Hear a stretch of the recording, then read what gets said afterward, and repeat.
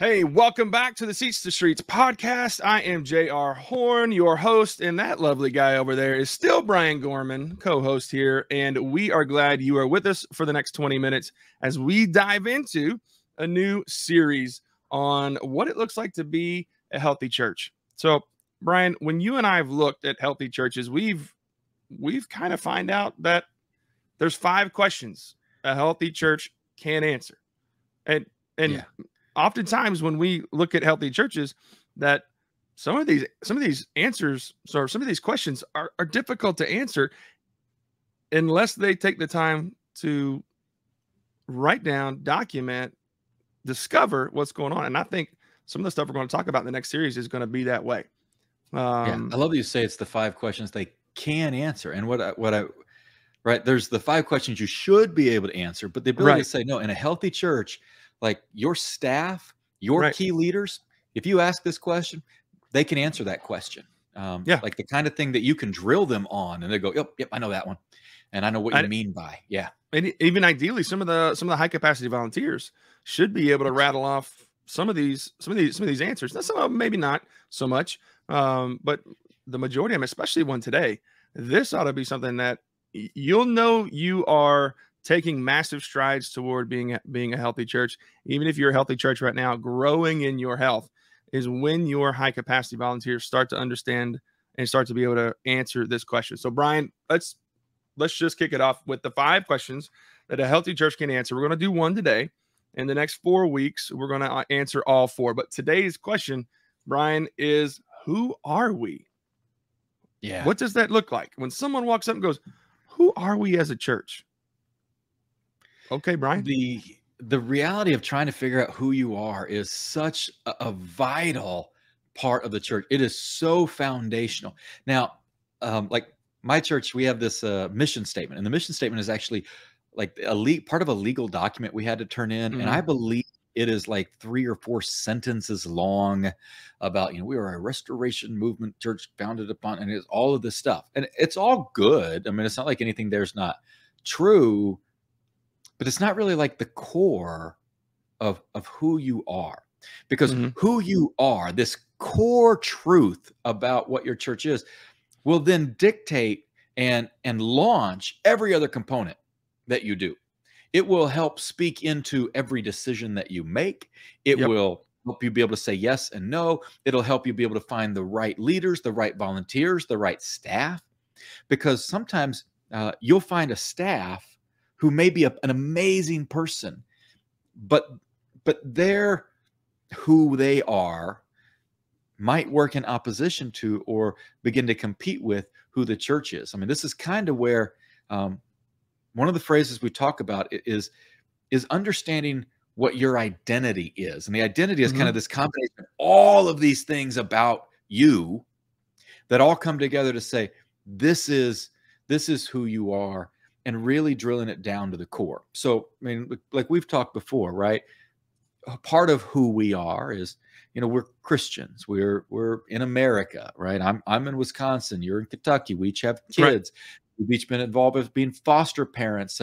We're adoptive parents. We have these different components, but one of the things that churches need to be able to do for the benefit of them, their staff, their key leaders, and the church as a whole for its health is really be able to continue to condense who you are. So I want to kind of help walk you through a process to get to that answer, because what happens, and what I've seen in a lot of churches, is they go, oh, I know who we are. And they try to answer this question really, really fast.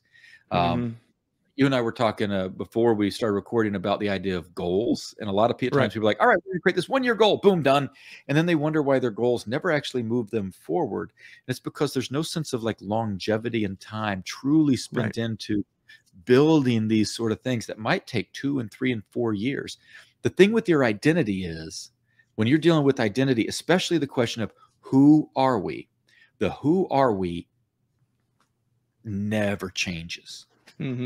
It is so foundational to your church that everything else might shift around that. but that part doesn't change. You might change how you do your music. You might change the way you teach. You might Right. change who you're gifted at reaching. You might Right. change every program, every building, but the core of who you are doesn't change. So let me give you an exercise to go through.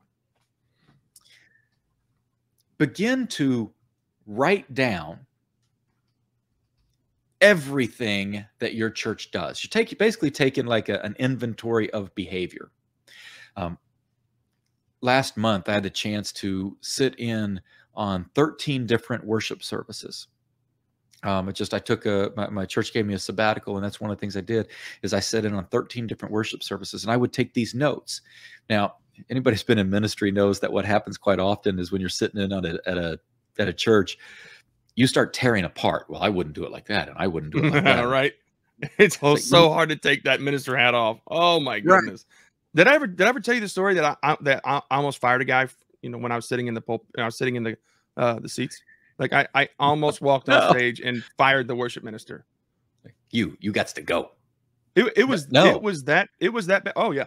We were sitting in a church. Heather and I were, and it was in our time when we were here and moved to Louisville, and as our fluctuating. I'm trying to listen to God. Where do you want us to plant roots and to latch onto a church to serve and all that. And I remember just sitting there and just being so angry.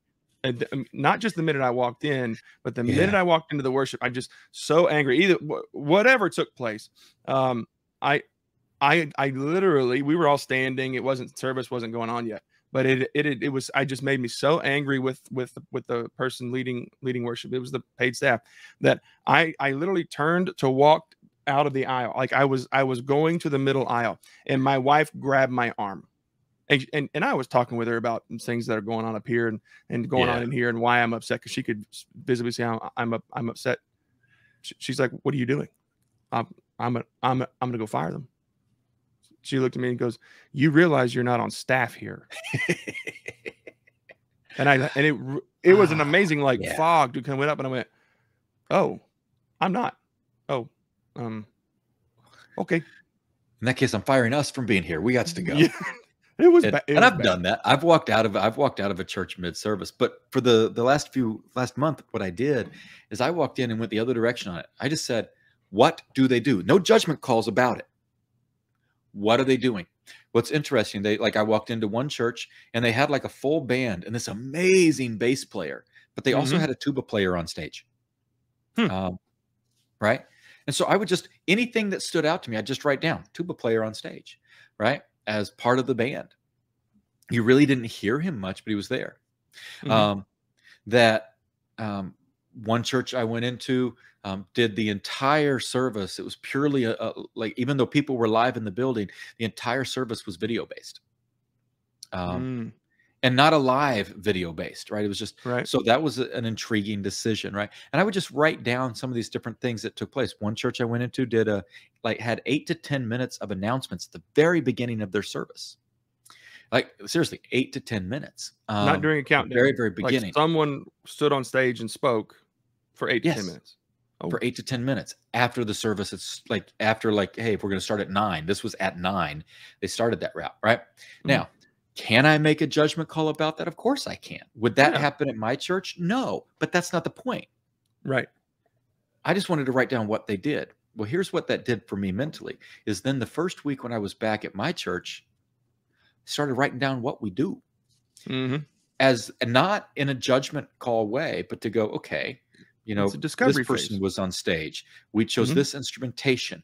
These were the songs we did. This was the order of how the service was put together. This was the length of the message, the type of message, the point of. And I just started writing all these things down, right? But I also do it with our kids programming, our student activities, our teen stuff, doing it with the way our life groups are structured. I just started writing down all of the things we see. And here's the challenge of it. Here's what I would recommend you do is this is not something that a minister figures out by himself. If you're a minister listening to this and we talk about, you need to know who you are. This is not something you do by yourself. I may know who I am individually, but who I am individually may not be who my church is. That's a separate issue to have to resolve. Exactly.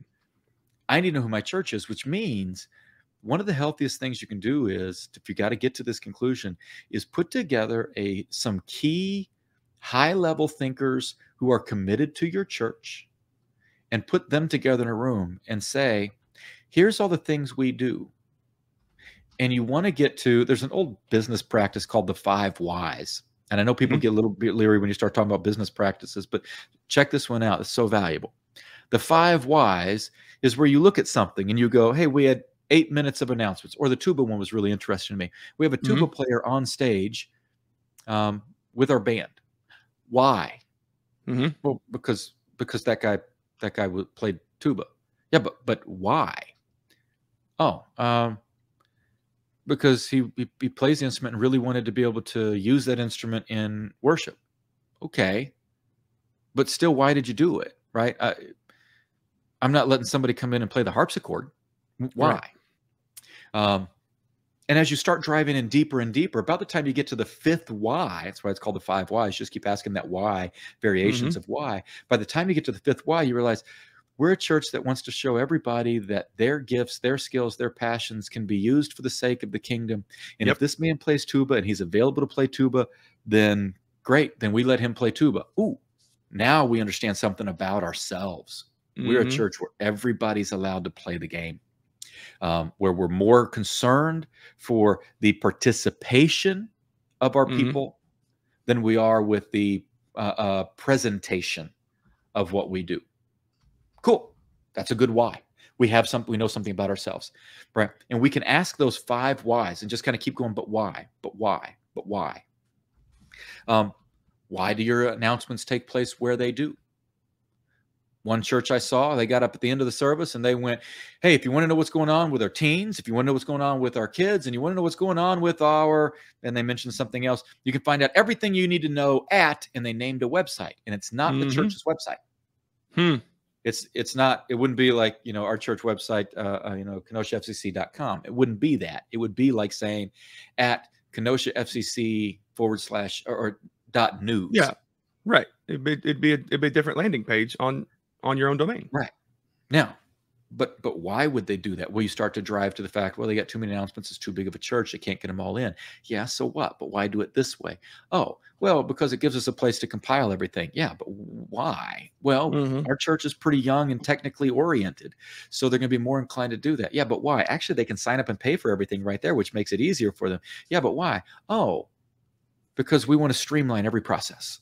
Oh, good information. We know a why now. Getting to these 5 whys on a multitude of these different things that you do without judgment will help you begin to learn some things about you as a church. Right? Our church, I'm not saying you use this, I'm saying our church. Our church has come to the conclusion that who we are is we are a place for everyone. And those are 2 separate words. We're not a place for everyone. We're not. But we are a place for everyone. Every individual matters in who we are. But we know that we're not going to be for everyone. But there are ones out there that we're well suited for.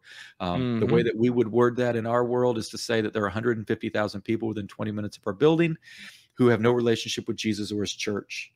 We can't reach all 150,000, but we can reach one of those. And so that's a key component for us, is so when we start looking at things, right, this place for everyone, it allows us to then look back at what we do and go, does that help us reach one of those 150,000? And we'll deal with some of the clarity on the target stuff later on, because there's some other things that go with that. But knowing place for everyone. So everything for us comes back to this one idea, the idea of saying, hey, how do we help the one move forward in their relationship with Jesus? Everything else we will do be based off of that. And that all begins to play out along with a lot of other components, but all that begins to play out. Asking these questions early on and getting the right people in the room to ask these 5 whys for everything you do without judgment. Now, I will warn you. I'll warn you. It can be risky. I'm already seeing some of my pastor friends going, no chance. You're gonna tip some sacred cows for sure. Oh yeah. This is why you as the pastor don't want to be the guy doing this. Yeah. Partly because this should last a whole lot longer than you. Yes. This isn't about Yes. you. Yeah. I know who I am, right? And fortunately, for the most part, my church and I align very well, partly because I've Yeah. been here for 18 years. Um, they've taken on parts of my personality. But if they brought in somebody else, it would be a challenge because this is who we are. But also, my church has been around for, we'll be 100 years old next year. Who Yeah. I am also speaks to a lot of the foundational truths of who this church has been for 100 years. Yeah. That's why we partner well together in that context. But for us, that's a big part of it. But you will end up tipping some sacred cows. But if you get the right people in the room, True.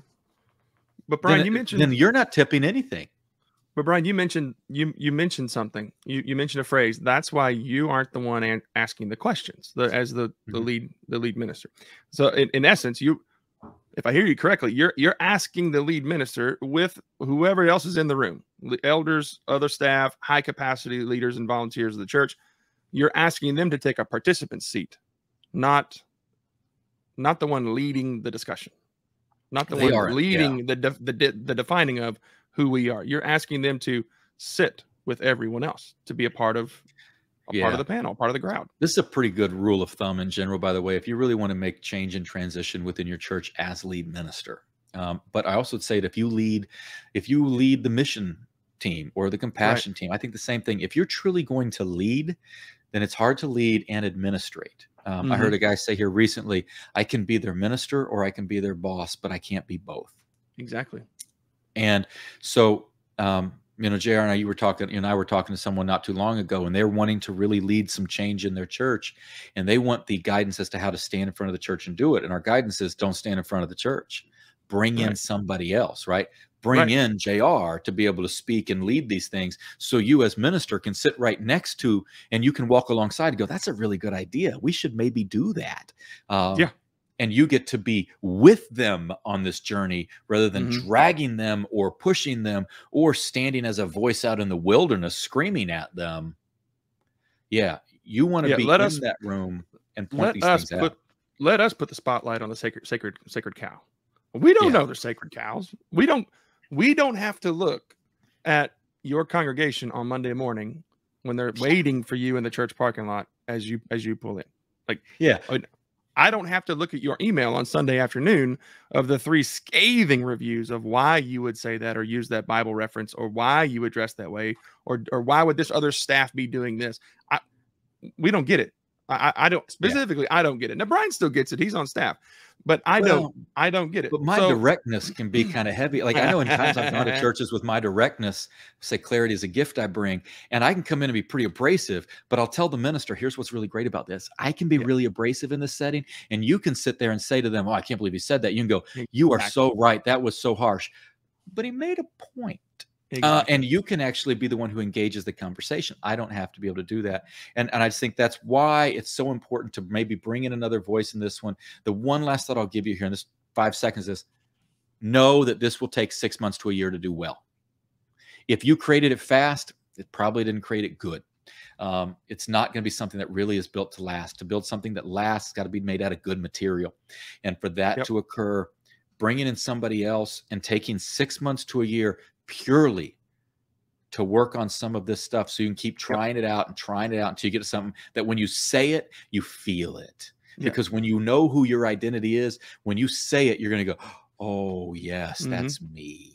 That's us. That's what we do. And this isn't something that this isn't something that you and I have just, decided to create and to teach and throw out. This is something we've lived out. This is something that we have given to churches, got the data to come back perfected to go, this is absolutely essential and necessary for churches to walk through.